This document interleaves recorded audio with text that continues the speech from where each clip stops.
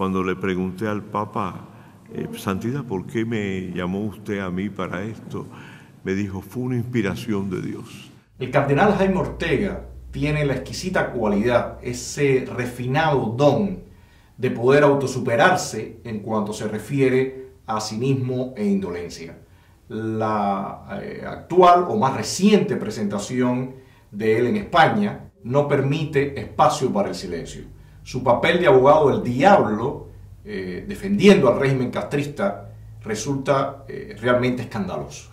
Yo por mi parte tuve una intervención inicial en aquel proceso por medio de una carta al presidente Raúl Castro en la que lamentaba el trato dado a las madres y esposas de los prisioneros que en número de 53 quedaban en la prisión de los 75 que fueron condenados en la primavera del 2001. Conocidas como damas de blanco, estas mujeres acudían a la misa dominical en la iglesia de Santa Rita, en la Quinta Avenida de Miramar, y después hacían una marcha por dichas avenidas pidiendo la excarcelación de sus esposos, hijos o hermanos presos. En varios domingos sucesivos se había producido a la salida de la misa un hostigamiento de esas mujeres por grupos que las acosaban durante largo rato.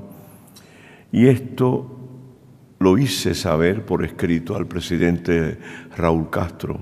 El cardenal omite, aunque conoce muy bien, que esos grupos que hostigaron a las damas de blanco eran la Brigada de Respuesta Rápida o los grupos parapoliciales organizados por el régimen de Raúl Castro para reprimir y violentar a todo aquel que piense y se manifieste distinto al régimen. El presidente respondió de inmediato a mi carta pidiéndome que me reuniera con ese grupo de mujeres y les garantizara que no habría ninguna situación como la descrita en mi carta en los domingos siguientes, que en mi reunión con ellas recibiera sus propuestas. Entre esas propuestas que me presentaron en la reunión que sostuve con ellas en el Arzobispado de La Habana, estaba la de la excarcelación de los prisioneros para ser enviados fuera de Cuba. En un encuentro con el presidente Raúl Castro que él solicitó para tratar este y otros temas, me manifestó su disposición de poner en libertad no solo a aquellos 53 familiares de las damas de blanco, sino a un buen número más de prisioneros que cumplían algunos de ellos largas condenas. Creo, y esto lo hemos conversado entre nosotros, y lo he dicho al presidente Raúl Castro, que la liberación de los prisioneros fue un signo positivo del gobierno de Raúl Castro para Europa, pero también para el mejoramiento de las relaciones con los Estados Unidos. Así lo pude verificar cuando se daban las conversaciones entre los gobiernos de Cuba y Estados Unidos en el año 2014, al recibir en el 50º aniversario de mi ordenación sacerdotal una felicitación manuscrita del presidente Barack Obama. Este me congratulaba por la ocasión y también por mi participación en la puesta en libertad de los presos. Es de notar que esta gestión fuera resaltada en el informe del presidente Raúl Castro al 6º Congreso del Partido Comunista de Cuba. La presentación de Ortega está plagada de contradicciones. Se autollena de gloria por el supuesto papel que tuvo en la liberación de los presos políticos, cuando todos sabemos que en primer lugar fue un burdo y cruel destierro. Y en segundo lugar, no fue él, jamás fue él el actor principal de esta situación, y muchísimo menos el régimen castrista.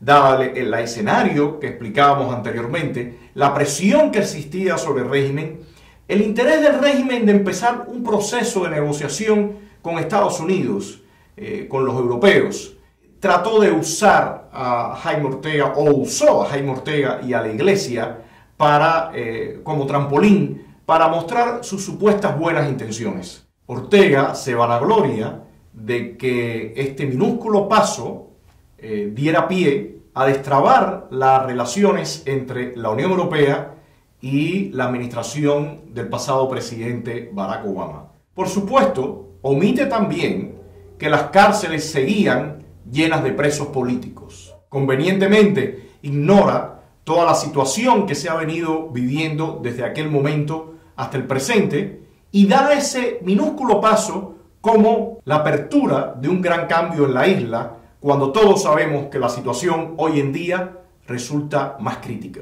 Teníamos previsto un encuentro, el cardenal, el canciller Bruno Rodríguez y yo mismo con el presidente de la República de Cuba, el presidente Raúl Castro. Íbamos con una misión de librar gradualmente a un grupo de presos y la decisión del presidente fue de liberarlos todos inmediatamente. Y ese 7 de julio de 2010, el presidente Raúl Castro se mostraba feliz. Era un día bonito en La Habana, un día soleado, un día radiante. Continué ese día con almorzar conjuntamente con el presidente Raúl Castro y posteriormente mirar el partido de las semifinales entre España y Alemania del Mundial de Fútbol. Y cuando Pujol marcó el gol, el presidente Castro chocó las 5 conmigo, saltó del diván y fue un día inolvidable para mí y yo creo para las relaciones entre España y Cuba. Y todo ello fue gracias al esfuerzo, al empeño y a la contribución del cardenal Ortega.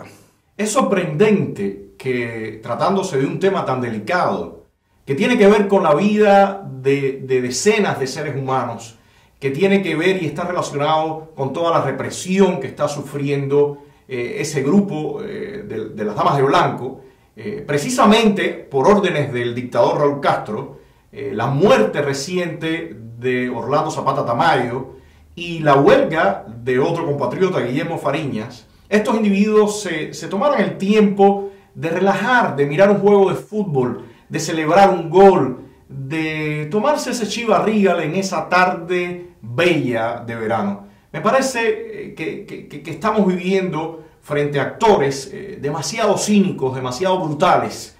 El progresivo surgimiento de la iniciativa privada y el crecimiento del número de empleos en esa esfera, en el ámbito laboral, van dando una fisonomía nueva a la vida nacional. Ortega se empeña en vender una realidad que todos sabemos que es falsa. Los últimos años se han caracterizado por el acoso, el hostigamiento del régimen, no solo contra los opositores, no solo contra quienes demandamos en forma abierta y directa nuestros derechos y libertades, sino contra esos cuentapropistas sobre cualquier cubano que intente progresar, que intente echar adelante. Ortega está vendiendo como novedoso, como un gran paso, el llamado cuentapropismo. Realmente un engendro del castrismo, donde ni siquiera se puede hablar de pequeños o microempresarios. Él sabe perfectamente bien, porque está muy bien informado, de que no existen ni derechos de propiedad, no existen ni licencias de importación-exportación, no existen mercado mayorista, existen unos impuestos extremadamente abusivos y aparte, sobre todo eso, existe una corrupción aplastante. ¿Se arrepiente, mirando atrás, la Iglesia y usted mismo, del tibio papel de la Iglesia Católica cubana en la defensa de los derechos humanos y libertades en la mayor parte de la dictadura castrista, exceptuando estos últimos 10 años? Según la Iglesia Católica cubana, ¿cuántos presos políticos quedan al día de hoy en Cuba? No daré respuesta a esta pregunta porque no entra realmente en este ámbito en el que estamos ahora nosotros conversando acerca. Creo que no voy a responder a esa pregunta. ¿A cuál de las dos? Eran dos. A ninguna de las dos. Ortega, con ese tono celestial, con ese tono angelical, evade contestar una pregunta clave. Contradictoriamente con todas las loas, con toda la autogloria que se había tirado encima, hablando de que él había sido el sujeto de aquella negociación donde liberaron, según él, a presos políticos. En este caso, no desea hablar de los presos políticos. En un reciente encuentro con el Papa Francisco I, en el que participaron usted y otros obispos cubanos en Roma, se puso de manifiesto que el pueblo cubano espera cambios en la isla. ¿Qué cambios considera usted más urgentes? Constatamos que, y él lo ha constatado también porque ha visitado Cuba, que ha habido una serie de cambios en ese orden, sobre todo de la economía, de una economía que se abre a distintos aspectos en el ámbito de la propiedad, la consideración de la propiedad privada. Ortega omite el principal problema que tiene el pueblo cubano. Y el principal problema que tiene el pueblo cubano es la falta de libertad, es la opresión del régimen. Ortega omite todo eso para irse a propagandizar, como decía anteriormente, esos minúsculos pasos donde no hay posibilidades de convertirse ni en un microempresario ni un pequeño empresario. Quienes tienen y sí han crecido y sí ya acumulan grandes fortunas son los Castros y toda su élite y su séquito. ¿En qué aspectos debería de ir más deprisa el cambio? Yo creo que en todo lo que exactamente debe propiciar los procesos de inversión extranjera, de creación de nuevos empleos para la gente a través de realidades económicas nuevas que puedan invertir en el país. Hay algunos que estarían interesados en inversiones en Cuba, algunos cubanos, tan pronto hubiera un levantamiento de las leyes que en Estados Unidos no permiten inversiones así en Cuba. Muchas veces la ley está muy bien hecha, muy bien redactada, aunque los términos pudieran ser algo confusos a veces, la ley de inversiones, pero lo que puede faltar es el conocimiento para la aplicación y el manejo de los preceptos o de los enunciados de esa ley por los que la tienen en mano. Lo hemos convertido en un portavoz, quizás del Ministerio de Relaciones Exteriores, propagandizando la supuesta o la nombrada Ley de Inversión Extranjera. Una ley que su propio nombre ya marca la violación de los derechos y libertades económicas del pueblo cubano. Ya discrimina al nacional del extranjero. Una ley que no reconoce los derechos laborales. Una ley que no reconoce los derechos de propiedad. Una ley que está marcada por la no separación de poderes. Una ley que marca que el régimen cubano es juez y parte. Ningún funcionario de ninguna empresa extranjera viene a hacer negocios con otra empresa cubana. Cualquier empresa, cualquier hombre de negocios que entra en Cuba viene a negociar con el régimen de los Castro. Cualquier diferendo va a ser ventilado en esos mismos tribunales donde el régimen condena a los opositores, en esos mismos tribunales donde muchísimos inversionistas extranjeros han terminado chantajeados por el régimen. Los nuevos aires que corren en Cuba a partir de la actualización del modelo económico cubano hacen posible que el papel del Centro Cultural Padre Félix Varela crezca y se diversifique cada vez más, al punto de pensar en la existencia de una fundación. Desde mi perspectiva, el objetivo de esta Fundación Ortega va a ser, como bien dijo él, acompañar a la construcción del neocastrismo.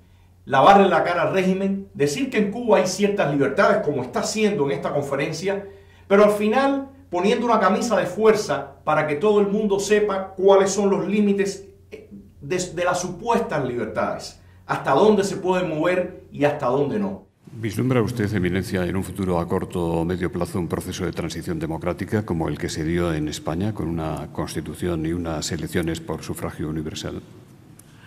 Yo no... miren, todo este aspecto político de... Pues justo es lo que más interesa a la gente, por lo que se ve. La gente le interesa, pero no es mi ámbito. ¿Los católicos cubanos pueden vivir su fe sin restricciones? Hoy las restricciones en Cuba fueron de tipo muy presiones sociales, ¿no? Por ejemplo, preceptos en el reglamento del Partido Comunista de que había que ser ateo y que por lo tanto que no se podían bautizar los hijos. Todo eso, primero fue legalmente todo eso eliminado. Estoy completamente seguro que Ortega debe tener impreso en su memoria aquellos gritos de libertad, libertad, libertad que se dieron en la Plaza Cívica en el año 98 cuando Juan Pablo II visitó nuestra isla. Fidel Castro estaba congelado en ese asiento al lado del escritor García Márquez cuando oía esos gritos que retumbaron durante mucho rato en aquella Plaza Cívica pidiendo y exigiendo lo que todo ser humano desea, ser libre. Todavía hay en el Comité Central del Partido Comunista Cubano una oficina que atiende los asuntos religiosos. Ese atender es exactamente lo mismo que hace la seguridad del Estado, o como ellos mismos se manifiestan con los opositores. Dicen los agentes de seguridad del Estado que golpean, que violan los derechos de los cubanos, que encarcelan, que ellos atienden a la población, atienden a los opositores. Desde la avenida del Papa Juan Pablo II también hay expresiones públicas. Y en cuanto a restricciones, no existen las restricciones que existieron en el pasado. Todo esto ha sido ya superado y no creo que haya restricciones mayores. Los distintos grupos religiosos no pueden acceder a los medios de comunicación, ni pensar que puedan tener un canal de radio, una emisora de radio, o un canal de televisión, o un periódico. Tampoco pueden tener escuelas, mucho menos universidades. Para realizar cualquier procesión necesitan pedir permisos que van a ser meticulosamente estudiados por esta Comisión de Asuntos Religiosos o Grupo de Asuntos Religiosos del Comité Central del Partido Comunista de Cuba. ¿De qué libertad religiosa está hablando entonces Jaime Ortega? ¿Qué valoración hace su eminencia de que haya empezado a filtrarse que el coronel Alejandro Castro sucederá a su padre Raúl cuando éste deje la presidencia de Cuba el año que viene, según han anunciado? Voy a responder con la declaración de la hermana de Alejandro Castro que dijo: ningún Castro va a ir a suceder al poder.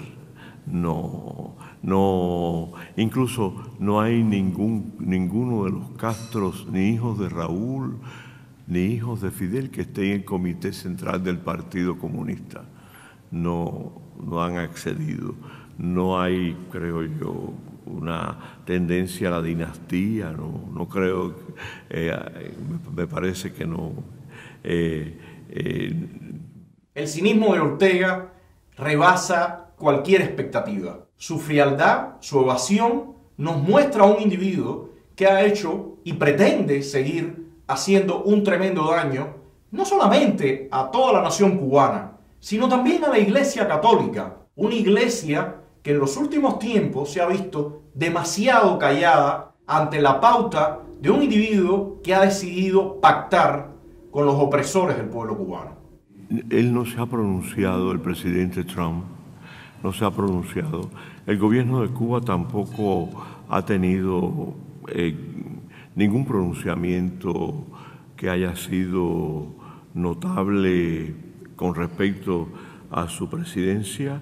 Hasta ahora, por lo que se está viendo, todo lo que se pudo acordar e implementar en el momento posterior a esos acuerdos sigue funcionando igual, y no creo que haya me parece que hay pasos que se han dado que hacen muy difícil, no lo sabemos, un frenazo, pero no se avisora algo así. Sí se desea que continúe este diálogo para que sigan mejorando las posibilidades de relación con los Estados Unidos. Ortega trata de autoconsolarse y consolar también a todos aquellos que creían que esa agenda era la agenda del futuro que iba a continuar. Hillary Clinton perdió. y perdió esa agenda hacia Cuba también. El nuevo presidente, Donald Trump, en voz de su secretario de Estado para Asuntos del Hemisferio en funciones, dijo hace algunos días que la nueva política va a tener sustanciales diferencias con respecto a su predecesor y que iba a estar muy enfocada en el tema de derechos humanos. Algo que creo que debería alegrar a todos. No es un secreto que durante la administración Obama la represión y las violaciones se dispararon y es necesario que se presione tanto del exterior como nosotros desde el interior al régimen para que en Cuba se respeten esos derechos y esas libertades fundamentales. Un cardenal, una persona que defiende la fe cristiana, debería poner esos principios y esos conceptos como los elementos fundamentales en cualquier tipo de política relacionada con Cuba como nación. Sin embargo, Ortega se muestra optimista en el sentido de que esa vieja política que echaba a un lado el tema de derechos humanos se mantenga en funciones. Y esa política no solamente afectó a los Estados Unidos, esa política no solamente se trazó desde los Estados Unidos, sino que muy lamentablemente, la Unión Europea, contrario a sus principios constituyentes, ha decidido también tener un acercamiento al régimen, echando a un lado el tema de los derechos y libertades fundamentales de los cubanos. Para cerrar, me gustaría mencionar varios puntos. Primero, estoy completamente convencido que la Iglesia Católica está llamada a jugar un papel fundamental en el escenario que se nos avecina. Pero definitivamente no es esta persona, Jaime Ortega, quien pueda jugar un rol de este tipo.